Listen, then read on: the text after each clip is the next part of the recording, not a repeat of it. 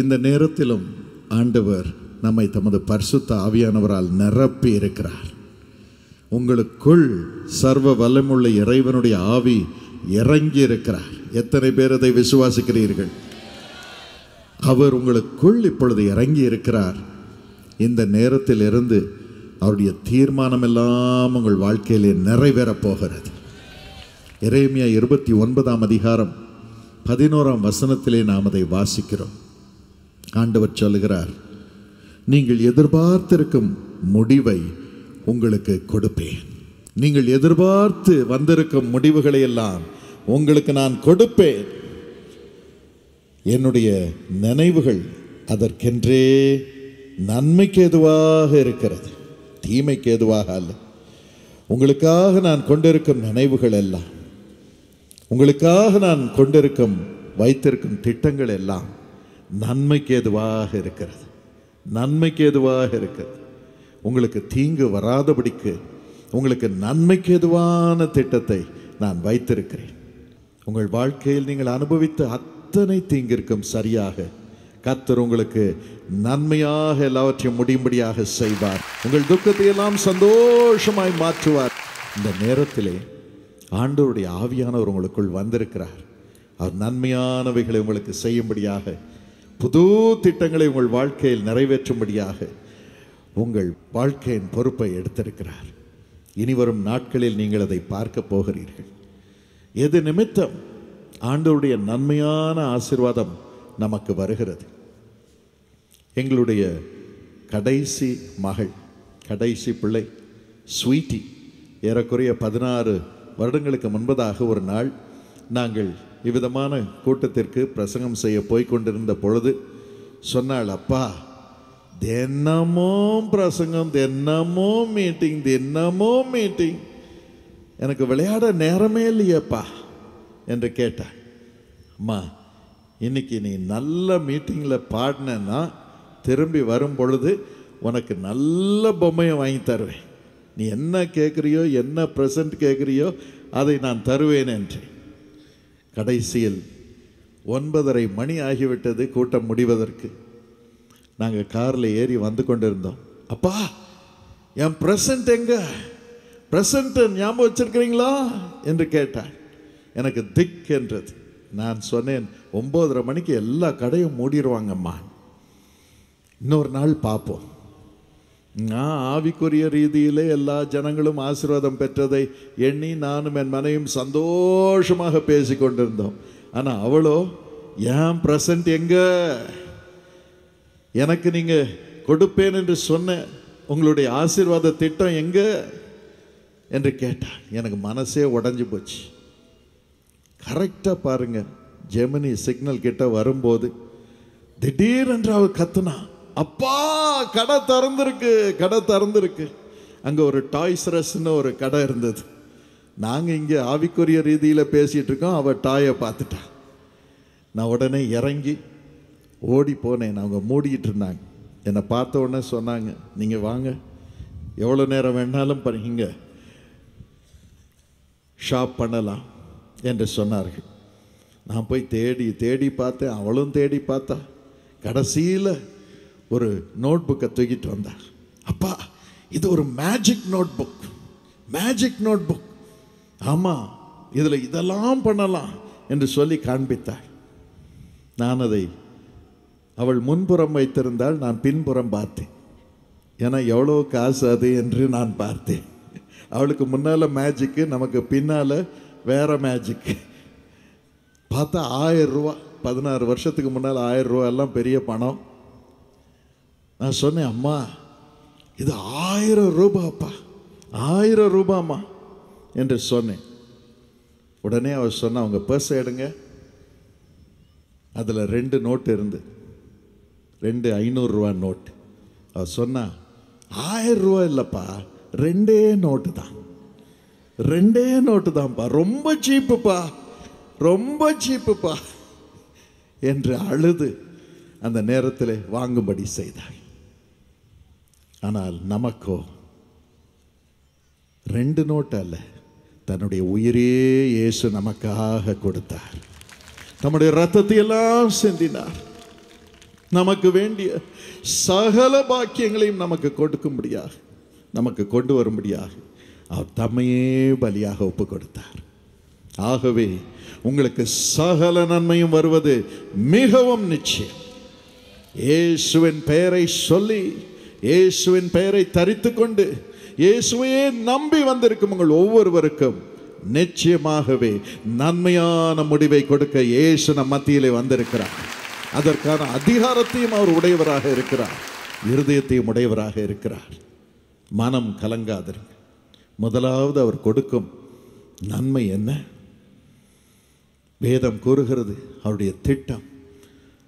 1 தீமோத்தேயு 2ஆம் அதிகாரம் 4ஆம் வசனத்தின்படி நாம் யாவரும் அவருடைய பிள்ளைகளாக மாற வேண்டும் என்பதுதான். இந்த உலகத்தில் இருக்கும் ஒவ்வொருவரும் ரட்சிக்கப்பட வேண்டும், பாவத்திலிருந்து விடுதலை பெற வேண்டும், தீங்கிலிருந்து விடுதலை பெற வேண்டும், பாவம் கொண்டு வரும் சாபத்திலிருந்து விடுதலை பெற வேண்டும். அதுதான் ஆண்டவர் நமக்கென்று வைத்திருக்கும் திட்டம், தீர்மானம். அதற்காகவே தம்மையே அவர் பலியாக ஒப்பு கொடுத்தார். ரோமர் 3:27 கூறுகிறது, இந்த உலகில் பிறந்திருக்கிற எவனும் எவளும் பாவம் செய்கிறார், தேவ மகிமை இழந்து போகிறார்கள். ஆனால் அந்த தேவ மகிமை இழந்து போன நிலைமையிலே அவள் ஒவ்வொருவரும் தேவனுடைய மகிமையை அணிந்து கொண்டு இந்த உலகத்தில் நம்பிக்கையோடு வாழும்படியாக ஒரு வழி செய்ய இயேசு தம்மையே தியாகம் செய்ய உலகத்தில் வந்தார். ஒரு தகப்பனுக்கு ஒரு அருமையான பெண் குழந்தை இருந்தது. தகப்பன் மிகவும் அவளை நேசித்தார். அந்த பிள்ளையும் அப்பா அப்பா அப்பான்னு அப்பாவையே ஒட்டி கொண்டிருப்பாள். ஒரு நாள் அவளுக்கு ஒரு நோய் வந்தது. டாக்டரிடம் அழைத்து சென்றார். வைத்தியர் சொன்னார், உன் பிள்ளை வெகு நாள் பிழைக்க மாட்டாள், அவளுக்கு இருதய நோய் வந்திருக்கிறது, 18 வயது நிரம்பினவுடன் அவள் செத்து போவாள், அவள் செத்து போவாள். தகப்பனுடைய உள்ளம் உடைந்தது. அவரால் தாங்கவே முடியவில்லை. என்னென்ன சிகிச்சை இருக்கிறதோ அத்தனையும் அவளுக்கு அவர் உருவாக்கி கொடுத்தார்.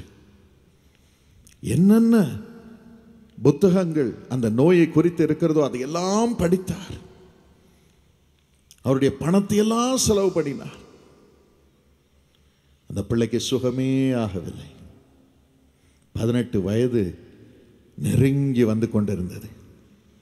ஒரு நாள் ஆஸ்பத்திரியிலிருந்து அவருடைய மகள் கேட்டாள், அப்பா 18 வயது வரப்போகிறது, எனக்கு 18th பர்த்டே வருது, நீங்கள் எனக்கு என்ன கொடுக்க போறீங்கப்பா, என்ன பரிசு கொடுக்க போறீங்க, அதுக்காக நான் காத்திருக்கிறேன்ப்பா என்று சொன்னாள். அவர் ஒன்றும் சொல்லவில்லை. கொஞ்ச நேரம் அப்படியே நின்றார். இந்த அறையிலிருந்து வெளியே வந்து விட்டார். கொஞ்ச நாளில் அற்புதமாக அந்த பெண்ணிற்கு ஒரு புது இருதயம், வேறொரு இருதயம் கிடைத்தது. வைத்தியர்கள் சிகிச்சைக்கு ஆயத்தமானார்கள். சிகிச்சை நடந்தது, ரண வைத்தியம் நடந்தது, ஆபரேஷன் நடந்தது. அந்த பெண் சுகமாய் தன்னுடைய அறைக்கு கொண்டு வரப்பட்டாள். அவள் வந்தவுடன் அப்பாவை தேடினாள். அப்பா, எங்க அப்பா எங்க என்று. அப்பா அந்த நர்ஸ், பக்கத்தில் இருந்த நர்ஸ் ஒரு லெட்டரை அவர்கிட்ட கொடுத்தார். அந்த லெட்டரை படித்தாள். அது தன் தகப்பனிடம் இருந்து வந்த லெட்டர். அப்பா முதல்ல இந்த லெட்டரை படிக்க சொன்னாங்கம்மா, அதுக்கப்புறம் மற்றதெல்லாம் பார்க்கலாம் என்று சொன்னார்கள். அவள் படித்த பொழுது அவர் எழுதியிருந்தார், என் கண்மணி, என் மகளே, என் ரஞ்சிதமே, நான் வாழ்வதற்கு காரணமாக இருக்கும் என் அருமை மகளே, நீ இப்பொழுது உயிரோடு இருந்து இந்த லெட்டரை படித்து கொண்டிருப்பாய் என்றால் இதற்கு நானே காரணம். நீ கேட்டாய் அல்லவா, எனக்கு 18 வயது வருகிறது, என்ன பரிசு கொடுப்பாய் என்று. என் மகளே, என் இருதயத்தையே உனக்கு கொடுக்கிறேன், என் இருதயத்தையே உனக்கு கொடுக்கிறேன்.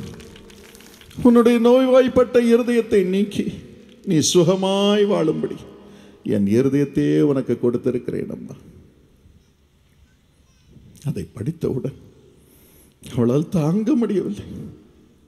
அப்பா அப்பா ஏதோ செஞ்சுங்கப்பா, ஏன் உங்க இருதயத்தை எனக்கு கொடுத்துட்டு நீங்க மறுத்து போய்விட்டீர்கள்? ஏனப்பா, எப்படி நீ வாழ்வேன்? How can I live? How can I? நான் எப்படி நீ வாழ்வேன்? எங்க அப்பா இல்லாம நான் எப்படி வாழ்வேன் என்று அழுதாள் அழுதாள் அழுதாள். அப்பொழுது அருகில் இருந்த நர்ஸ் சொன்னாள், இன்னும் கொஞ்சம் இருக்கு, படி. அவள் திரும்ப படிக்க ஆரம்பித்தாள். அப்பொழுது தகப்பன் எழுதியிருந்ததை வாசித்தாள். என் அருமை மகளே, அப்பா உன்னை விட்டு போகவில்லை, போய்விடவில்லை. நான் உனக்குள்ளதான் இருக்கிறேம்மா.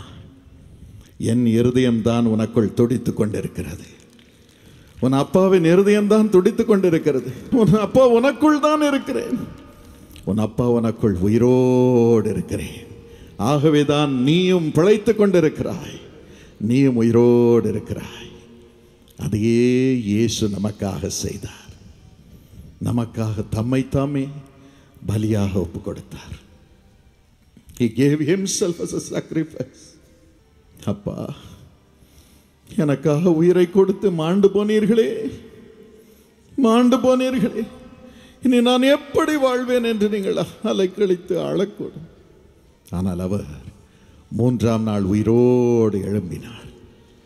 அவர் சொன்னார், நான் போய் பரலோகத்தில் இனி உட்கார மாட்டேன், நான் உனக்குள் வந்து தங்குவேன், உனக்குள் வந்து தங்குவேன்.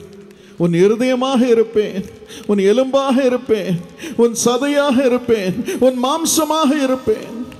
எபேசியர் 5:27 நீங்கள் வாசிக்கும் பொழுது நாம் அவருடைய மாம்சத்தோடு இணைந்திருக்கிறோம், அவருடைய எலும்புகளோடு இணைந்திருக்கிறோம், அவருடைய இரத்தத்தோடு இணைந்திருக்கிறோம்.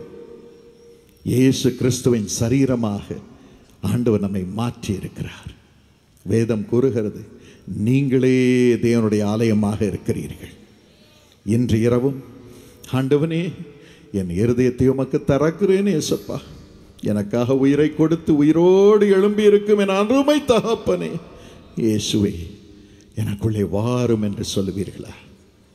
அவர் வந்து உங்கள் இருதயத்திலே தங்கியிருப்பார், எப்பொழுதும் உங்களோடு இருப்பார். ஒவ்வொரு இருதய துடிப்பிலும் இயேசுவின் இருதய துடிப்பு உங்கள் உள்ளத்திலே உதிக்கும். அவரே உங்களுக்கு ஜீவனாக இருப்பார், அவரே உங்களுக்கு உயிர்த்தெழுதலாக இருப்பார். இன்று பரிசுத்த ஆவியானவரால் நிரப்பப்பட்டிருக்கும் நாம் ஒவ்வொருவரும் இயேசுவால் நிரப்பப்பட்டிருக்கிறோம், இயேசுவால் நிரப்பப்பட்டிருக்கிறோம். கர்த்தரே ஆவியானவர்.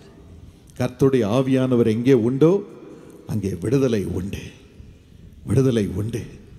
அந்த 18 வயது நிரம்பிய பிள்ளைக்கு கொடுத்த பரிசு தகப்பனுடைய இருதயம்.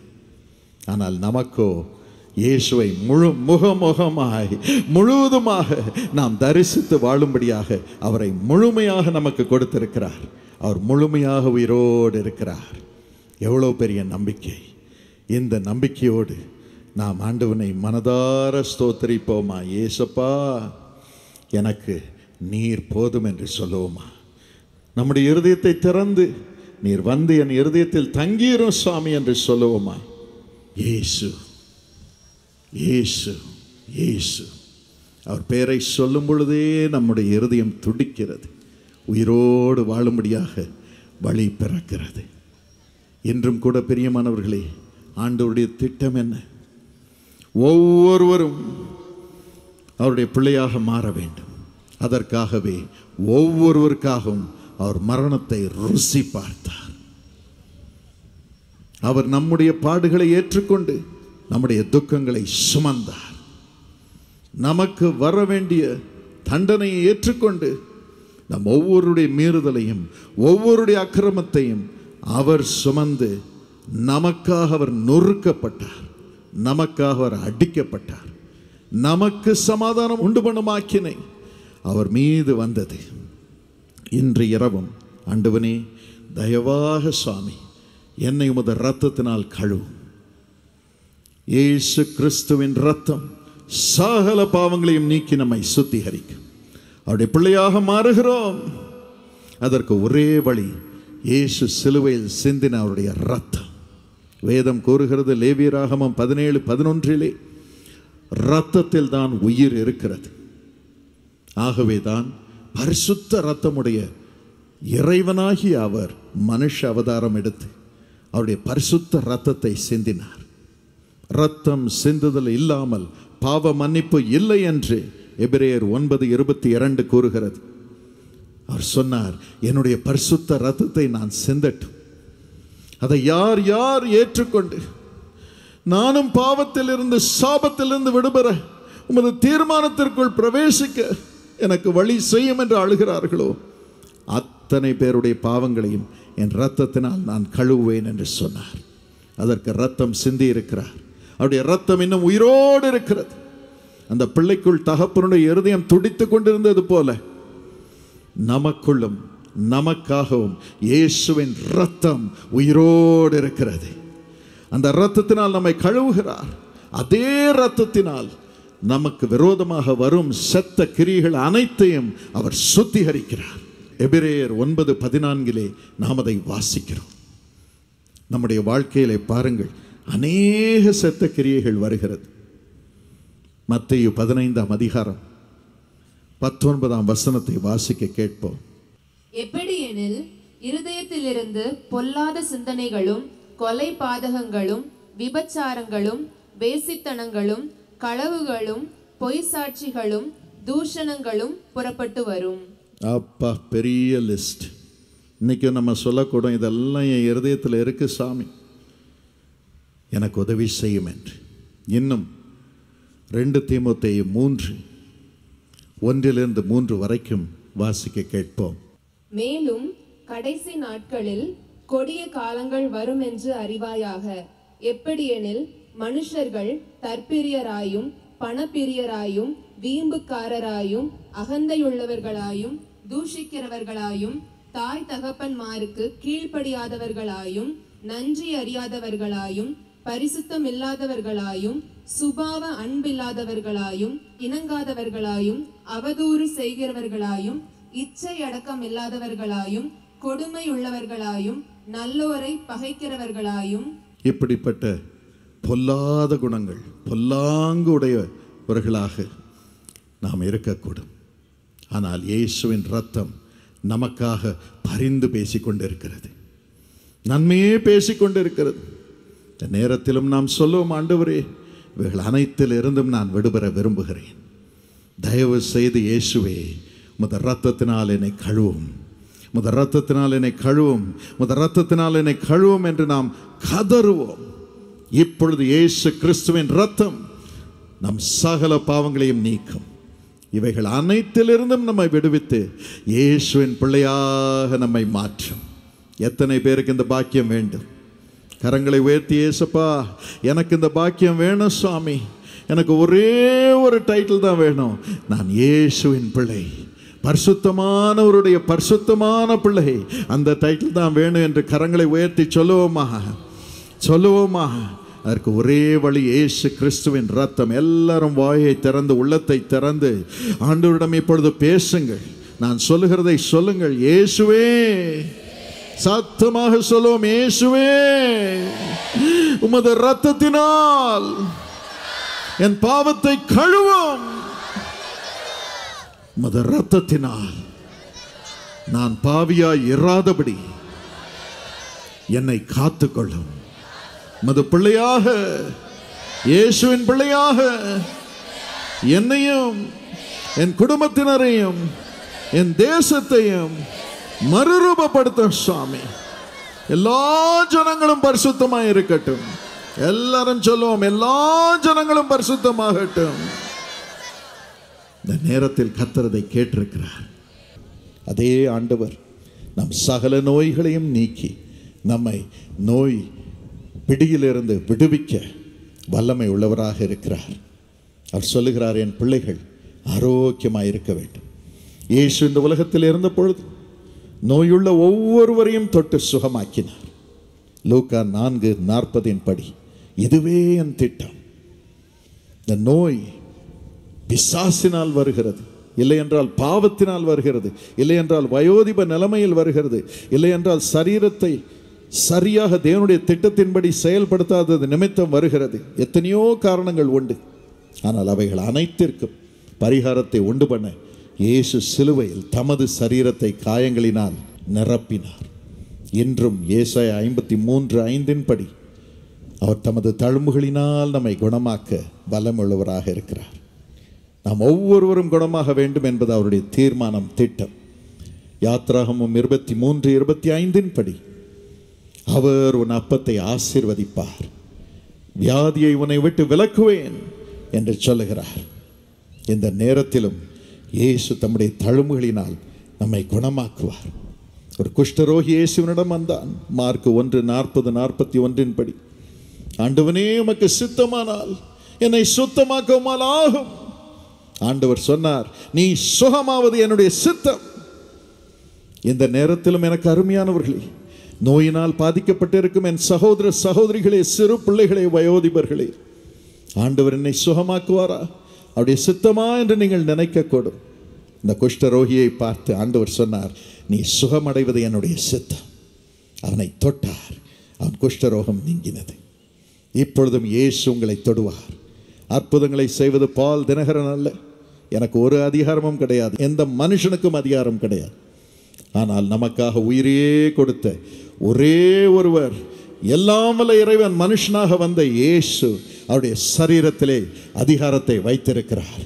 அவருடைய தழும்புகளின் நிமித்தம், காயங்களின் நிமித்தம் இப்பொழுது நாம் அவரை நோக்கி கூப்பிட்டு இருக்கிறோம். அவருடைய ஆவியினால் நிரம்பி இருக்கிறோம். அவர் வந்து நம்மை சுகமாக்குவார், அவருடைய சித்தத்தின்படி சுகமாக்குவார். மனம் கலங்காதிருங்கள். கடைசியாக உங்கள் துக்கத்தை எல்லாம் சந்தோஷமாய் மாற்ற ஆண்டவர் தீர்மானம் பண்ணி இருக்கிறார். எத்தனை பேருக்கு சந்தோஷம்? ஆண்டவருக்கு ஒரு பெரிய ஹல்லேலூயா சொல்லலாமா? யோவான் 16:20 அவர் சொல்லுகிறார், உங்கள் துக்கத்தை எல்லாம் நான் சந்தோஷமாக மாற்றுவேன். அதுவே என்னுடைய தீர்மானம். லூக்கா 5:3-5 வரைக்கும் வாசித்து பாருங்கள். எல்லாவற்றையும் இழந்த நிலைமையிலே, நம்பிக்கை இல்லாத நிலைமையிலே தவித்துக் கொண்டிருந்த பேதுரு, சீமோன் என்ற மனிதனை பார்க்க இயேசு வருகிறார். அவன் வெறும் படகை உடையவனாக இருக்கிறான். ராத்திரியெல்லாம் மீன் பிடிக்கிறான், ராத்திரியெல்லாம் மீனுக்காக தடுமாறுகிறான். அவனும் அவனுடைய சிநேகிதர்களும். ஒரு மீன் கூட கிடைக்கல, ஒரு மீன் கூட கிடைக்கல. மிகுந்த வேதனை. நீங்க கூட ஒருவேளை எவ்வளோ முயற்சி செய்கிறேன், வேலை செய்கிறேன், குடும்பத்தை எல்லாரையும் சமாதானமாக நடத்தும்படி நான் முயற்சி செய்கிறேன், கணவனுக்கு செய்ய வேண்டியதை செய்கிறேன், பிள்ளைகளுக்கு செய்ய வேண்டியதை செய்கிறேன், ஆனால் ஒரு பலன் இல்லையே, ஒருத்தரை நேசிக்கலையே, ஒரு அன்பு வார்த்தை சொல்லலையே. நீங்க சகோதரிகள் அழுது கொண்டு இருக்கலாம். சகோதரர்களும் துக்கத்தையெல்லாம் மனசுல வச்சுட்டு யாருக்கு சொல்ல முடியாமல், மனைவிக்கு கூட சொல்ல முடியாமல் தெரு தெருவாக அலைந்து கொண்டு இருக்கலாம். வேலைக்காக இன்னும் மீன் பிடிக்கும் தொழிலில் இருந்து கொண்டு மீன் சரியான விலைக்கு விற்க முடியாத நிலைமையிலே, சரியான மீன் கிடைக்காத நிலைமையிலே தவித்து கொண்டு இருக்கலாம். விவசாயத்தில் சரியான பலன் வராமல் தவித்து கொண்டு இருக்கலாம். எவ்வளோ உழைத்திருப்பீர்கள், கடைசியில் பணம் வந்துடும், நமக்கு பிள்ளைக்கு கல்யாணம் பண்ணிடலாம், பிள்ளைய படிக்க வச்சிடலாம் என்ற நிலைமைக்கு வரும்பொழுது வர வேண்டிய பணம் வராமல் போகும். எவ்வளவு தடுமாறுவீர்கள், எவ்வளவு துடிப்பீர்கள், தனிமையில் துடிப்பீர்கள். அப்படிதான் அந்த பேதுரு துடித்து கொண்டிருந்தார். இயேசுவின் இருதயத்தை பார்த்தார். அவன்கிட்ட முதலாவது அவர் கேட்ட காரியம், உன் படகை நான் மற்றவர்களுக்கு ஆண்டவரை பற்றி சொல்லும்படி கொடுப்பா. உடனே படகை கொடுத்தான். எனக்கே கஷ்டம், நீர் வந்து கடவுளை பற்றி சொல்ல போறீரா, கடவுள் என்ன பண்ணிட்டார் எனக்குன்னு அவன் சொல்லவே இல்லை. உடனே படகை கொடுத்தான், காலி படகை கொடுத்தான், இருந்ததெல்லாம் கொடுத்தான். நீங்க கூட இருந்ததெல்லாம் இயேசுவுக்கு கொடுத்திருக்கிறீர்கள். அந்த பேதுருவிடம் சொன்னார், பேதுருவே, உன்கிட்ட இருந்ததெல்லாம் எனக்கு கொடுத்துட்டப்பா, இனி உன் துக்கம் சந்தோஷமாய் மாறணும். அதான் என் இருதயம். நீ ஆழத்துக்கு தள்ளிக்கிட்டு போ, ஆழத்துக்கு தள்ளிக்கிட்டு போ. அவன் சொன்னான், ராத்திரி முழுசும் நான் பார்த்துட்டேன், அதே இடத்துல பார்த்துட்டேன். இப்போ பகலில் எங்கே மீன் கிடைக்க போகுது? ராத்திரி தான் கிடைக்கும். ராத்திரியெல்லாம் தேடி பார்த்துட்டேன், கிடைக்கல. செய்ய வேண்டியதெல்லாம் செஞ்சுட்டேன், ஒன்றாகலை. ஆனாலும் உமது வார்த்தையின்படி நான் வலையை போடுகிறேன், உமது வார்த்தையின்படி போகிறேன். ஆண்டவர் சொன்னார், இருக்கிற வலையெல்லாம் போடுப்பான். ஆனால் அவனோ ஒரே ஒரு வலை தான் போட்டான். அந்த ஒரு வலையிலேயே ஒரு போட் இல்லை, 2 போட் நிரம்படி ஆண்டவர் மீன்களை கொடுத்தார். 2 மடங்கு கொடுத்தார். அத்தனையும் நிரம்படி செய்தார். போட்டெல்லாம் அமிழ்ந்து விடுமோ என்ற நிலைமைக்கு வந்து விட்டது. அப்படிதான் ஆண்டவன் உங்களுக்கும் அமுக்கி குலுக்கி ஜனங்கள் உங்கள் மடியிலே போடும்படியாக கொடுக்க போகிறார். உங்கள் துக்கமெல்லாம் சந்தோஷமாய் மாறும்படி செய்ய போகிறார். இந்த நாளிலும் அந்த கிருபையை கர்த்தர் உங்கள் மீது வைக்க அவர் இறங்கி வருகிறார். ஆம் பிரியமானவர்களே, இயேசுவே வந்து அவன் எந்த ஆழத்திலே போட வேண்டும், எங்கு போட வேண்டும், வலையை போட வேண்டும் என்பதை கற்றுக் கொடுத்தார். மீனை பெரும்படி கிருபை செய்தார். இன்றைக்கு இயேசுவை நேரடியாக பார்க்க முடியவில்லை. அதற்கு தான் தமது ஆவியை நமக்கு கொடுத்திருக்கிறார். அவருடைய ஆவி என்று வந்து நமக்குள் தங்குகிறார். நம்மை நிரப்பும் பொழுது அவர் சகல சத்தியத்திற்குள்ளும் நம்மை நடத்துவார். நாம் நடக்க வேண்டிய வழியை நமக்கு காட்டுவார். நம்ம இருதயத்திலிருந்து பேசிக்கிட்டே இருப்பார். என் மகனே இங்கே வலைய போடுப்பா, என் மகளே இங்கே வலைய போடுமா, என் குட்டி செல்ல பிள்ளையே இந்த காரியத்தை படி, இந்த வேலையை செய், இப்படி செய், உன் குடும்பத்தை இப்படி நீ பராமரி, உன் மனைவிக்கு இதை செய், மற்றவர்களுக்கு இந்த அற்புதம் நீ அனுபவித்தாய அதை சொல்லு. அதை சொல்லிக்கொண்டே இருப்பார். அதை கேட்டு கேட்டு கேட்டு நாம் செய்தால் போதும். நம்ம ஒரு போட் இல்லை, நம்ம உறவினர்களின் போட்டும் நிரம்ப போகிறது. எல்லாரும் நம்மை கனம் பண்ணுவார்கள். பட்டணத்தின் போட்டும் நிரம்ப போகிறது. எல்லாருக்கும் நாம் ஆசீர்வாதமாக இருப்போம். அதற்கென்றே இயேசு நம்மை அவருடைய பிள்ளைகளாக மாற்றுகிறார். இந்த நாளிலும் அந்த கிருபையை பெற்று, அந்த அதிகாரத்தை பெற்று, இந்த தேவ திட்டத்தினால் நிரம்பி அதை அனுபவிக்க நீங்கள் புறப்பட்டு போக போகிறீர்கள். தைரியமாக இருங்கள். நீங்கள் அனாதைகள் அல்ல. உங்கள் துக்கத்தை ஆண்டவர் சந்தோஷமாக மாற்றுவார். ஒரு அருமையான சகோதரருடைய சாட்சியை இப்பொழுது நாம் கேட்போம். என்னுடைய பேர் ஹென்றி. நான் மயிலாடுதுறையிலேருந்து வந்திருக்கிறேன். எனது மனைவி, எனது மகன், எனக்கு 2 பொம்பளை பிள்ளைங்க, 2 பெண் குழந்தைகள், 3வது பையன். நான் மயிலாடுதுறையில் சிறு தொழில் செய்து வருகிறேன். ஐஸ் ஃபேக்ட்ரி வைத்திருக்கிறேன். கிடந்த 38 வருஷமாக வைத்திருக்கிறேன். எனக்கு 98 ஒரு சொத்தை வாங்குறாப்புல ஒரு சூழ்நிலை வாங்கினேன். நாங்கள் பூரிய வீட்டில் 60 வருஷத்துக்கு மேலே இருக்கிறோம். நான் ஐஸ் ஃபேக்ட்ரி அதுக்குள்ளே தான் வைத்திருக்கிறேன். நான் மற்ற என்னோடய சகோதரர்கள் 3 பேர் இருக்கிறாங்க. அவர்களுக்கெல்லாம் நான் செய்யணும், அவங்களுக்கும் அந்த இதில் பங்கு கொடுக்கணும் அப்படின்னு நினைக்கும் போது அவங்க யாருமே வாங்க வரல. எனக்கு பணம் வேணாம் அப்படின்ட்டாங்க. நீ தொழிலை நடத்திக்க அப்படின்னு எனக்கு எழுதி கொடுத்துட்டாங்க. நான் தொழில் நடத்திட்டுருக்கேன். ஆனால் எப்போ இருந்தாலும் காசு கொடுக்கணும் அப்படின்னு என் மனசில். அவங்க என்ன சொன்னாங்க, நான் ரிட்டையர் ஆப்போ நாங்கள் பணம் வாங்கிக்கிறோம், இப்போ எங்களுக்கு தேவையில்லை அப்படின்ட்டாங்க. ஏறத்தேற 25 வருஷம் அப்படியே ஓடிடுச்சு. அப்போ தான் என்னுடைய பெரியப்பா ஒருத்தவங்க, அவங்க ஃபாரின்லேருந்து வராங்க. அவங்க 15 வருஷம் கழித்து இங்கே வராங்க. அவங்களுக்கு 2 வீடு இங்கே இருக்குது. அதை விற்கிறதுக்கு வராங்க. அவங்க வயசு 85. அவங்க திடீர்னு நிற்கிறாங்க. ஒரு 5 மாதம் சுற்றி பார்க்குறாங்க. அந்த வீடை விற்க முடியல அவங்களால. எல்லாம் எங்கள் சொந்தக்காரன் வீட்டுக்கெலாம் போனாங்க, தங்கினாங்க. கடைசியாக என்கிட்ட வந்தாங்க. நான் சொன்னேன், என்னால் முடியும், அதை காலி பண்ணி தரத்துக்கு என்னால் முடியும். என்னால் முடியும்னாக்கா நீங்கள் எல்லாத்தையும் போய் பார்த்துட்டு வாங்க. ஏன்னா எல்லாம் பெரியவங்க, அவங்களுக்கு மாரி நான் செய்யக்கூடாது. அவங்க இப்போ நான் செய்கிறேன்னு சொன்னேன். அதே போல் கடவுள் எனக்கு அதுக்கு வேண்டிய வழிமுறையில் செய்து கொடுத்தார். அவங்களுக்கு ஒரு வீடு அவங்களுக்கு கிடைச்சிது. அப்போ நான் சொன்னேன், எங்கள் அண்ணனுங்களுக்கெலாம் நீங்கள் பணம் கொடுக்கறதுக்கு நான் பணம் வச்சுருக்கிறேன், உங்கள் மூலியமாக அதை பேசி எதாவது முடிவு பண்ணுங்க அப்படின்னு. அவங்க பேசி பார்த்தாங்க. அவங்களாம் ஒத்து வரல.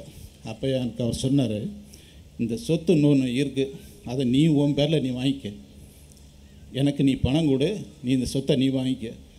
எப்போ அவங்க பணம்னு கேட்குறாங்களோ, உங்கள் வீட்டை விட இந்த வீடு கூட 2 லட்ச ரூபாய்க்கு தான் குறைச்சி போகாது, அந்த நேரத்துக்கு அது பயன்படும், நீ செய் அப்படின்னு சொல்லி எனக்கு சொன்னாங்க.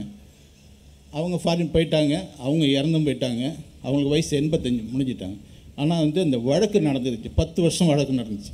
Municipal court, sub court, Nagapattinam court, high court அப்படி மாறி ரொம்ப ஏகப்பட்ட கேஸுகள் வழக்குகளில் போட்டு நான் மன நொந்து நான் ப்ரேயர் பார்த்துக்கிட்டு இருக்கிறேன். 2000 வருஷம் எனக்கு தேதி தெரியல, ஆனால் வந்து பிரதர் ப்ரேயர் பண்ணிகிட்டு இருக்காங்க. இயேசு அழைக்கிறார் ராஜ்ய டிவியில் ப்ரேயர் பண்ணிகிட்டு இருக்காங்க. நாங்கள் குடும்பமாக உட்காந்து பார்த்துட்டு இருந்துட்டு உங்கள் ப்ரேயர் முடிய போகுது, சரி நான் பர்ச்சேஸ் போகலான்னு இப்படி வெளியில் காலை எடுத்து வைக்கிறேன். அந்த வைக்க போகிற நேரத்தில் என் பேரை சொல்லி ஹென்றி கடவுள் உன்னை ஆசீர்வதிக்கிறான்னு சொல்லி நீங்கள் அந்த நேரத்தில் என்னை கூப்பிட்றீங்க. நான் அப்படியே உட்காந்து விட்டேன். உட்காந்து எனக்கு வந்து ஒரு மன தைரியம் வந்தது. நான் வந்து மன உளைச்சலோடு நான் இருந்துக்கிட்டு இருந்த நேரத்தில் இன்றைக்கி சொன்ன உடனே சரி கடவுள் நம்மளை ஆசீர்வதிக்கிறார், நம்ம தைரியமாக இருக்கலாம் அப்படின்ட்டு இருந்தேன். எனக்கு உங்களை தெரியுமா? என்னை நேரில் சந்திச்சிருக்கிறோமா? வந்தது கிடையாது. நீங்கள் எந்த ஊரில் இருந்தீங்க? மயிலாடுதுறை. அந்த டிவி நிகழ்ச்சியில் எப்படி அவங்க பேரை சொல்லி அழைத்தேன் என்பதை முதலாவது நாம் பார்ப்போம். ஒவ்வொருவர் மீதும் இறங்கிக் கொண்டிருக்கிறது. Mister Henry, God is blessing you, Mr. Henry. நீங்கள் நல்ல வேலையில் இருக்கிறீர்கள். கர்த்தரிடம் உங்கள் வாழ்க்கையை இன்று இரவு ஒப்புக் கொடுத்திருக்கிறீர்கள். அந்த நொறுக்கப்பட்ட கரத்திற்குள் என் வாழ்க்கையை ஒப்புக் கொடுக்கிறேன் என்று சொன்னீர்களே, இயேசுவின் கரம் உங்களை நிரப்பிக் கொண்டிருக்கிறது. Thank you Jesus. இது நடந்த பிறகு எனக்கு தொடர்ந்து எனக்கு இன்னும் பல வளர்ச்சிகள் கிடைத்தது. என் பிள்ளைகளை படிக்க வைக்கணும் அப்படின்னு நினைக்கும் போது எனக்கு பெரிய மகள் வந்து கார்னியாவில் தான் படிக்கணும் அப்படின்னு எனக்கு ஒரு மூட்டுப்பட்டார். நான் சிறு தொழில் செய்கிறேன், அங்கெல்லாம் போய் படிக்க வைக்க முடியாதுமான்னு சொல்லி நான் எவ்வளோ முயற்சி பண்ணினேன். அப்போ கேட்கவே இல்லை. சரின்னு கொண்டு போய் சேர்க்கறதுக்கு போயிட்டேன். கார்னியாவில் பல்கலைக்கழகத்தில் அந்த ஹாலில் எல்லா பேரண்ட்ஸும் அவங்கவுங்க பிள்ளைகளை வச்சு நிற்கிறாங்க. நானும் என் மகளை என் மனைவி நின்றுட்டுருக்கோம். அந்த நேரத்தில் வந்து யாரோ பின்னால் என்னை தொட்டாப்பில் திரும்பி பார்த்தா நீங்கள் நிற்கிறீங்க. எனக்கு அப்படியே என்ன செய்கிறேன்னு எனக்கு தெரியல. அதே இடத்துல எங்களுக்கு வந்து நீங்கள் ஒரு பிளஸ்ஸிங் பண்ணீங்க. அப்போ நான் நினச்சேன், பிள்ளைய படிக்க வைக்க முடியாதுன்னு நினச்சோம், இவங்க பிளஸ்ஸிங் பண்ணுறாங்க, இந்த இடத்துல நம்ம காலை வச்சுருக்குறோம், நிச்சயமாக வந்து படிக்க முடியும், படிக்க வைக்கிறதுக்கு என்னால் செலவு பண்ண முடியும் அப்படின்னு நினைத்தேன். படிச்சுட்டே வந்தா 4வது வருஷம் படிக்கும்போதே HCLலேருந்து அவளுக்கு வேலை கிடைச்சது. பிளேஸ்மெண்ட்டில் அவளுக்கு வேலை கிடைச்சது. காருண்யாவில் இருக்கும்போதே வேலை காருண்யாவில் இருக்கும்போது படிக்க வந்தது. பிளேஸ்மெண்ட் தேர்ட் இயர் படிக்கும்போதே அவளுக்கு வந்து கூப்பிட்டு வந்தாங்க. HCLயில் அவளுக்கு 2007 அவள் ஜாயின் பண்ணிட்டாள். 2வது பொண்ணு வந்து MSc படித்தா. 3வது பையன் அவன் வந்து BE படித்த மெக்கானிக்கல், அவன் சென்னையில் தான் படித்தான். ஆக என் குடும்பத்தில் 3 பிள்ளைகளும் படிக்க வைக்கிறதுக்கு முதல்ல கடவுள் உதவி செஞ்சார். என் பொண்ணு வந்து படித்து வேலைக்கு போயிட்டுருக்கா. அவளுக்கு நான் கல்யாணம் பண்ணணும் அப்படின்ட்டு ஏற்பாடு பண்ணேன். அவள் ஒத்துக்க மாட்டேன்ட்டான். என்னம்மான்னு 2 பிள்ளைங்க படிக்கிறாங்க, நீங்கள் சிறு தொழில் செஞ்சுக்கிட்டுருக்கீங்க, உங்களுக்கு வருமானம் வரும், லாபம் வரும், நஷ்டம் வரும், நீ வந்து இப்போ செய்ய வேண்டாம், எனக்கு இந்த பிள்ளைங்க படித்து முடிக்கட்டும், அதுக்கப்புறம் நான் செஞ்சுக்கிறேன். நாளை கடத்திக்கிட்டே இருந்தான். நான் சொன்னேன், அடுத்த பொண்ணு ரெடியாக இருக்குமா, ஏன்னா உனக்கு முடிச்சு ஒரு 2-3 வருஷம் கழிச்சு தான் அடுத்த பொண்ணுக்கு நான் செய்ய முடியும், நீ இப்படி என்னை தட்டி போடாத, நான் மன வருத்தத்தோடு இருந்துக்கிறேன். அப்போ 2013 நான் டிவி பார்த்துட்ருக்கேன், ராஜ் டிவி பார்த்துட்ருக்கேன். உங்களுடைய ப்ரேயரை பார்க்கும்போது அமலா மேரின்னு நீங்கள் பேர் சொல்கிறீங்க. அமலா மேரி யார்? என்னுடைய பெரிய மகள் அமலா மேரி. உனக்கு வந்து திருமணத்துக்கு ஏற்பாடு பண்ணிக்கிட்டு இருக்காங்க, உங்களை தேடி வருவாங்க, அந்த திருமணம் உங்களுக்கு அதுதான் அந்த மாப்பிள்ளை, அது முடியும் அப்படின்ற வார்த்தை நீங்கள் உபயோகப்படுத்துகிறீங்க. அது டெலிவிஷனில் வந்ததை பார்ப்போமா? திருமண வாழ்க்கைக்கு ஆசீர்வாதத்தை பிள்ளைகள் மீது வைக்கிறேன், இயேசுவின் நாமத்தினாலே வைக்கிறேன். அப்பா அமலா மேரி, ஆண்டவருடைய வல்லமை உங்கள் மீது இறங்குகிறது, உங்கள் கண்ணீரை ஆண்டவர் துடைக்கிறார். திருமணத்திற்கு வீடு தேடி பாக்கியம் வந்து அவர்கள் திருமணமாகும்படி செய்யும் சுவாமி, அவர்களுக்கு திருமணமாகும்படி செய். ஆசீர்வாதத்தை கொடுத்து ஜெபிக்கிறோம். என்ன கரெக்டாக இருந்தது அந்த நேரம், உங்களுக்கு மெய் செலுத்த இருக்கும். என்னால் என்ன சொல்லனே தெரியல, என்ன இப்படி கரெக்டாக சொல்கிறீங்களே அப்படின்னு சொல்லிட்டு இன்னும் கடவுள் மேலே நான் வந்து எவ்வளோ என்னை வாஞ்சியாக அவரை ஜெபிக்க முடியுமோ ஜெபித்தேன். அதே போல் வந்தார்கள். அவர்கள் சரின்னு ஒப்புக்கொண்டார்கள். அவர்கள் வீட்டுக்கு நாங்கள் போகணும் பார்க்குறதுக்கு, மாப்பிள்ளை வீடு பார்க்குறதுக்காக நாங்கள் போனோம். அந்த மாப்பிள்ளை எங்கள்கிட்ட பேசும்போது நான் எந்த டிமாண்டும் செய்ய மாட்டேன், ஏன்னா நான் நுழையும் போது அதான் நினச்சிட்டு போனேன். ஏதாவது பெரிய இடத்துல வேலை பார்க்குறாங்க, ஏதாவது பெருசாக கேட்டுற போகிறாங்க அப்படின்னு பயந்துக்கிட்டு போனேன். எனக்கு எந்த டிமாண்டும் நான் செய்ய மாட்டோம், நீங்கள் உங்களுக்கு சமாதானம் முடிச்சுக்கிறோம் அப்படின்னு. திருமணம் முடிந்தது. அடுத்தது ஒரு ஆண் குழந்தை. இப்போ சென்னையில் தான் இருக்கிறாங்க, ஃபேமிலியோடு எல்லாம் இருக்காங்க. 2008 அந்த சொத்து என் கைக்கு வந்தது. அதுக்கப்புறம் அந்த சொத்து கைக்கு வந்த பிற்பாடு அதை வச்சு எங்கள் அம்மா ஒன்று சொன்னாங்க, எனக்கு வயசாயிடுச்சு, மற்றவங்களுக்கும் நான் இருக்கும்போது பணத்தை கொடுத்துரு, அதை விற்று கொடு, எனக்கு இந்த வீடே வச்சுக்கோ அப்படின்னு அவங்க சொன்னோன்னே நான் அதை போல் செஞ்சேன். இன்றைக்கி பூரிய சொத்து என் பேரில் தான் இருக்குது. அதுலேயும் எனக்கு 6 5 பாகம் தான் கிடச்சிது, ஒரு பாகம் வரல. ஒருத்தர் வாங்கிக்கல பாகத்தை, சரின்னு விட்டுட்டேன். இப்போ அந்த இதில் தொழில் நடத்திட்டு இருக்கேன். இன்னும் இந்த வீடை கேஸில் வெற்றி கிடைச்சது, கேஸ்லையும் வெற்றி கொடுத்தார். அதான் சமாதானமாக குடும்பத்தில் எல்லாம் ஒழுங்கு பண்ணும்படி ஆண்டவர் கிருபை செய்திருக்கிறார். ஆண்டவர் உங்கள் துக்கத்தை எல்லாம் சந்தோஷமாய் மாற்றுகிறவர். எவ்வளோ அழகாக பிள்ளைகளுக்கு செய்யும்படி, சொத்து காரியத்தில் செய்யும்படி, வியாபாரம் நடத்தும்படி இந்த பேதுருவுக்கு உதவி செய்த ஆண்டவர் அவர்களுக்கு உதவி செய்திருக்கிறார். உங்களுக்கும் உதவி செய்வார். கர்த்தர் உங்களுக்காக யாவையும் செய்து முடிப்பார். அதற்கு தமது பரிசுத்த ஆவியானவரால் உங்களை நிரப்புகிறார். இந்த மீட்டிங் முடிஞ்சிடும், நீங்கள் போக வேண்டிய நிலைமை வரும். ஆனால் உங்களோடு இயேசு வருவார், உங்களோடு இயேசு வருவார், உங்களோடு இயேசு வருவார். உங்கள் ஒவ்வொருவரையும் அவரால் நிரப்புவார். பரிசுத்த ஆவியானவர் உங்களுக்கு சொல்லி கொடுத்து கொண்டே இருப்பார். உலக பிரகாரமாக அல்ல, அவருடைய தீர்மானத்தின்படி ஆழங்களுக்கு உங்களை அழைத்து கொண்டு போய் 2 படகு நிரம்பும்படி செய்ய போகிறார். இந்த குடும்பத்திற்கு செய்தவர் உங்களுக்கு செய்ய மாட்டாரா? நிச்சயமாக செய்வார். ஆகவே அவருடைய ஆவியினால் அவர் உங்களை நிரப்பும்படியாக நாம் மீண்டும் ஒரு முறை அவரை நோக்கி பார்க்க போகிறோம். தகப்பனே, மது பிள்ளைகளை ஆசீர்வதித்திருக்கிறீரே, இன்னும் அவர்கள் மக்கு சாட்சி கொடுத்தது நிமித்தம், உம்மை கனமணினது நிமித்தம், இத்தனை பேருடைய உள்ளத்தில் விசுவாசத்தை எழுப்பும்படியாக உம்மை குறித்து சாட்சி கொடுத்தது நிமித்தம் அவர்களுக்கு 2 மடங்கு பலனை தாரும். எல்லாவற்றிலும் செழித்திருக்கட்டும், அநேகருக்கு ஆசீர்வாதமாக இருக்கட்டும். 3 பிள்ளைகளும் அவள் குடும்பத்தினரும் செழித்திருக்கட்டும், சம்பூர்ணம் உண்டாகட்டும். இயேசுவின் நாமத்தில் ஆமென். நாம் யாவரும் எழும்பி நிற்போம்.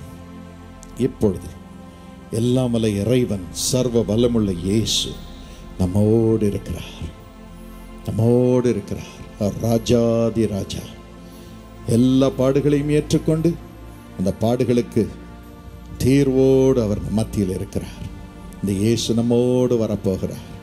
இனி நான் அல்ல, இனி கிறிஸ்துவே என்னில் ஜீவிக்க போகிறார். ஹல்லேலூயா! இப்பொழுதும் அவருடைய வல்லமை உங்கள் மீது இறங்குவதை நீங்கள் உணரப் போகிறீர்கள்.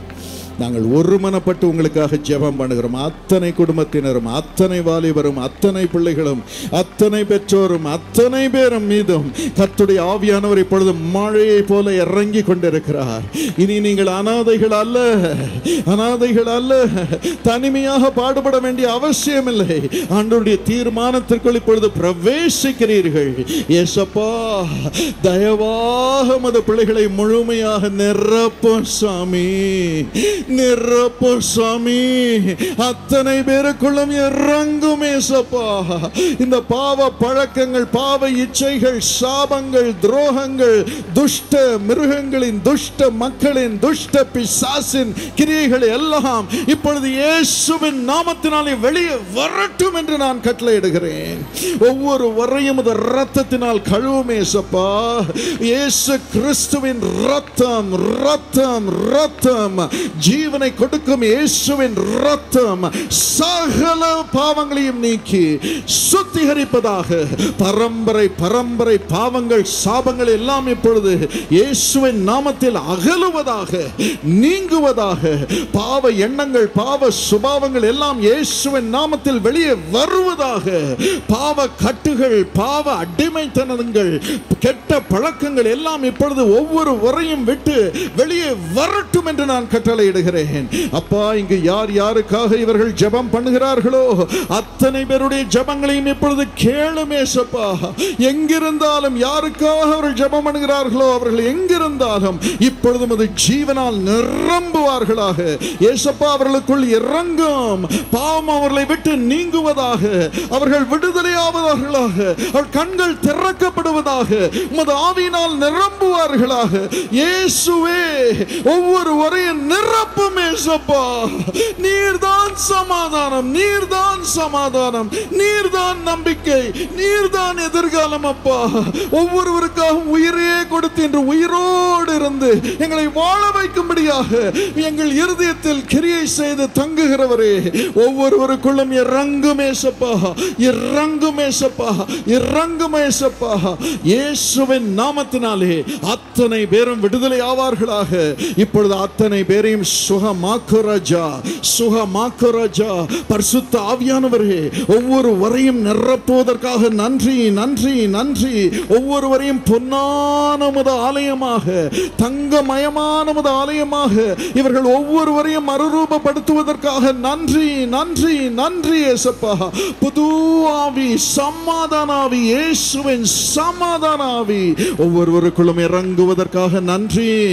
சந்தோஷத்தின் ஆவி, நம்பிக்கையுடைய ஆவி, பலமுள்ள ஆவி ஒவ்வொருவரையும் ஆட்கொள்வதற்காக நன்றி, நன்றி, நன்றி ஏசப்பா. உமது முகத்தை உமது பிள்ளைகளுக்கு பிரகாசிக்க செய்கிறீர், அவர்கள் முகம் பிரகாசிக்கும்படியாக செய்கிறீர், ஞானத்தினால் நிரப்புகிறீர் அப்பா. பிள்ளைகள் பலசாலிகளாக எழும்பும்படி அவர்களை ஆட்கொள்ளுகிறீர். மக்கு நன்றி, மக்கு நன்றி, மக்கு நன்றி. அவர்களை நிரப்புவதற்காக நன்றி ஏசப்பா. அவர்களை தொந்தரவு செய்து கொண்டிருந்த பிசாசுகளை நீ துரத்துவதற்காக நன்றி, மந்திர ஆவிகளை துரத்துவதற்காக நன்றி. விடுதலை இறங்குகிறது ஏசப்பா. ஒவ்வொருவரையும் நிரப்பி அவர்களை சுகமாக்குவதற்காக நன்றி. ஒவ்வொரு நோயும் வெளியே வரட்டும். கேன்சர் ஆனாலும், கட்டியானாலும், வலியானாலும், பலவீனமானாலும் அத்தனையும் இயேசுவின் நாமத்தில் இப்பொழுது கரைந்து போவதாக. உமது பிள்ளைகள் விடுதலை ஆகட்டும், விடுதலை ஆகட்டும் ஏசப்பா, விடுதலை ஆக்கும் ஏசப்பா. அவர்களுடைய சரீரம் நீ தங்கும் ஆலயம் அல்லவா? அவர்களை விடுதலை ஆக்கும் ஏசப்பா, விடுதலை ஆக்கும் ஏசப்பா, விடுதலை ஆக்கும் ஏசப்பா. ஒவ்வொருவரையும் அது ஆவியினால் நிரப்பி சுவாமி வரும் காரியங்களை அவர்களுக்கு காட்டும் ஏசப்பா. ஆண்டவனே, ஒவ்வொரு காரியத்தையும் சொல்லிக்கொடும், சொல்லிக்கொடும், சொல்லிக்கொடும். வேலையை குறித்து சொல்லிக்கொடும், வீட்டை கொடுத்து சொல்லிக்கொடும், குடும்பத்தை குறித்து சொல்லிக்கொடும், படிப்பை குறித்து சொல்லிக்கொடும், எதிர்காலத்தை குறித்து சொல்லிக்கொடும். அதற்கான வாசலை திறந்தரலும் ஏசப்பா, திறந்தரலும் ஏசப்பா. இனி 2 படகு நிரம்பின ஆசீர்வாதம். பிரதருக்கு 2 வீட்டை கொடுத்தது போல 2 வீட்டை மத பிள்ளைகளுக்கு தாரும் சுவாமி. வீட்டை கட்டும் ஏசப்பா, கடனை நீக்க சுவாமி, பணம் கரெக்டாக வரும்படி செய்யும் ஏசப்பா. பிள்ளைகளை வாழ வையும் அப்பா. அருமையான எதிர்காலத்தை தாரும் ஐயா. ஆசீர்வாதம் இவர்கள் மீது இயேசுவின் நாமத்தில் முழுமையாக இறங்குவதாக, முழுமையாக இறங்குவதாக, முழுமையாக இறங்குவதாக. Thank you wonderful Holy Spirit. Chiranjeevi என்று ஒருவர் இங்கே இருக்கிறீர்கள். கர்த்தருடைய கரம் உங்கள் மீது இறங்குகிறது. மரணத்தை எதிர்நோக்கி இருக்கிறீர்கள்.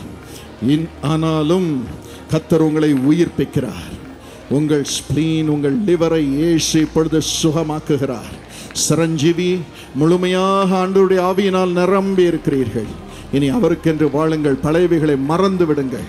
கர்த்தருடைய கரம் உங்கள் மீது இறங்குகிறது, இறங்குகிறது. ஆனந்த லட்சுமி, எனக்கு ஆனந்தமே இல்லை என்று சொல்கிறீர்கள். தலை கிறுகிறு என்று இருக்கிறது, நான் எப்பொழுது விழுவேன் என்று தெரியவில்லை. சரீரத்தில் நோய், மனதிலே வேதனை, சஞ்சலம், இழப்பு. இந்த நிலைமையில் இயேசு எனக்கு உதவி செய்ய மாட்டாரா என்று வந்தீர்கள். இப்பொழுது இயேசு உங்களுக்கு தோன்றி அவருடைய ஆவியினால் உங்களை நிரப்பி உங்களை விடுதலையாக்குகிறார். ஆனந்த லட்சுமி, ஆனந்தம் உங்கள் வாழ்க்கையிலே திரும்ப வரும்படி ஆனந்த நாயகராகி இயேசு உங்களை நிரப்புகிறார். பயப்படாதீர்கள், பயப்படாதீர்கள். கிருபாகரன் கிருபாகரன், எல்லாவற்றையும் இழந்து போய் வந்திருக்கிறீர்கள், இனி எனக்கு எதிர்காலமே இல்லை என்று சொல்கிறீர்கள். கர்த்தருடைய கரம் உங்கள் மீது இறங்குகிறது. கர்த்தர் உங்களுக்கு ஒரு தொழிலையே கொடுக்கும்படியாக திட்டம் வைத்திருக்கிறார். ஆகவே தைரியமாக அவருடைய சித்தத்தை நிறைவேற்றுங்கள், வேதத்தை வாசியுங்கள். கர்த்தரே உங்களை வழிநடத்த போகிறார். மகிமையின் எதிர்காலம் உங்களை பின்தொடர்ந்து வரப்போகிறது. எஸ் லார்ட், ஒவ்வொருவர் மீதும் அது கரம் இறங்குவதற்காக நன்றி, நன்றி, நன்றி, நன்றி. திருமணமாகாத மக்கள் ஒவ்வொருவருக்கும் திருமணமாகும்படி வழியை திறந்தருளுமே சப்பா. இந்த வாரமே அவர்களுக்கு திருமணத்திற்கு எல்லாம் நிச்சயிக்கப்படும்படி வரன் வீடு தேடி வரட்டும் இயேசுவின் நாமத்தினாலே. Thank you Jesus. வேலை இல்லாதவர்களுக்கு இந்த வரும் வாரத்திலே அற்புதமாக வேலை கிடைக்கட்டும் அப்பா. இந்த மாதம் முடியும் பொழுது கையிலே சம்பளம் இருக்கட்டும், கையிலே சம்பளம் இருக்கட்டும் அப்பா. அதை தடுத்து நிறுத்தும் ஆவிகளை இயேசுவின் நாமத்தில் நரகத்திற்கு தள்ளுகிறேன். ஆசீர்வாதம் இறங்குகிறது. கரங்களை தட்டி இயேசுப்பாவுக்கு நன்றி சொல்லுங்கள். மன மகிழ்ச்சியின் நாட்களை கர்த்தர் உங்கள் குடும்பத்திலே வைக்கிறார். சந்தோஷமாக சந்தோஷமாக சந்தோஷமாக குடும்ப வாழ்க்கையை அனுபவிக்கும்படியாக ஆண்டவர் உங்களுக்கு அருள் புரிகிறார். சந்தோஷமாக எல்லாருக்குள்ளும் ஒரு சமாதானம் உண்டாகும்படியாக இயேசு உங்களை தொடுகிறார். உங்கள் குடும்ப வாழ்க்கையில் பிரிவினையை கொண்டு வரும் ஆவிகளை இயேசுவின் நாமத்தில் வெளியே துரத்துகிறேன். வேண்டாத சண்டை, காரணமில்லாத சண்டை கொண்டு வரும் ஆவிகளை இயேசுவின் நாமத்தில் நரகத்திற்கு தள்ளுகிறேன். அவைகளை புட்டிங்கி நரகத்திற்கு எறிகிறேன். இப்பொழுது ஒவ்வொருவரையும் இயேசுப்பா நீர் விடுதலை செய்து சந்தோஷமாக வாழும்படி செய்வதற்காக நன்றி இயேசுப்பா, நன்றி இயேசுப்பா, நன்றி இயேசுப்பா. மது மனம் மகிழ்ச்சியை தாரும் இயேசுப்பா, மனம் மகிழ்ச்சியை தாரும் இயேசுப்பா, ஆனந்த மகிழ்ச்சியை தாரும் இயேசுப்பா. Please please please have mercy lord, please have mercy lord, please have mercy. அவர்களுடைய கேஸில் எல்லாம் அவர்களுக்கு நியாயம் கிடைக்கும்படி செய்யும் சுவாமி. விரைவில் நியாயம் கிடைக்கும்படி செய்யும் இயேசுப்பா. வர வேண்டிய பணம் வரட்டும், சொத்து வரட்டும் இயேசுவின் நாமத்தினால். அவர்களுக்கு சமாதானம் உண்டாகும்படி செய்யும். யார் யார் காது கேட்கலையோ அவள் காதை திறந்தரலும் சுவாமி. கண்களை சுகமாக்க சுவாமி. கண்கள் திறக்கட்டும் இயேசுவின் நாமத்தில். லிவரெல்லாம் சுகமாகட்டும் சுவாமி. கிட்னி எல்லாம் சுகமாகட்டும் சாமி. இப்பொழுது அவைகளை புதிதாக்கு சாமி. இருதய நோயெல்லாம் மறைவதாக ஆண்டவனே. பிபி எல்லாம் நார்மல் ஆகட்டும் ஏசுப்பா. வலி, கழுத்து வலி, இடுப்பு வலி எல்லாம் மறைவதாக. ஆர்த்தரைட்டிஸ் எல்லாம் மறைவதாக இயேசுவின் நாமத்தில். விடுதலை ஆகட்டும், விடுதலை ஆகட்டும், விடுதலை ஆகட்டும். உச்சன் தலையிலிருந்து உள்ளங்கால் வரைக்கும் அத்தனை பேரையும் தொட்டு சுகமாக்கும் ஏசப்பா, தொட்டு சுகமாக்கும் ஏசப்பா. இங்கே இருக்கும் பலர் எனக்கு தூக்கமே வரவில்லை, சமாதானமே இல்லை என்று சொல்கிறார்கள். இன்று சமாதான நாயகராகிய நீர் உள்ளே பிரவேசித்திருக்கிறீர். இன்று முதல் குழந்தையை போல படுத்தவுடன் தூங்கட்டும் சாமி. நன்றாக தூங்கட்டும் சாமி. ஆரோக்கியமாய் இருக்கட்டும் சாமி. தயவாக அவர்களை ஆசீர்வதியும் ஏசப்பா. தொழில் ஒவ்வொன்றும் பெருகும்படி செய். சிறு தொழிலோ பெரிய தொழிலோ அத்தனையும் செழிக்கட்டும், நன்மை உண்டாகட்டும். மத பிள்ளைகளுக்கு துணை நில்லும் ஏசப்பா, துணை நில்லும் ஏசப்பா, துணை நில்லும் ஏசப்பா. ஆண்டவர் நம்மை தொட்டு இருக்கிறார். எல்லாரும் சத்தமாக சொல்லுவோம், இயேசுவே உமக்கு நன்றி. நீர் என்னோடு வருகிறீர், நீர் என்னோடு வருகிறீர். உம்மை நம்புகிறேன் சுவாமி.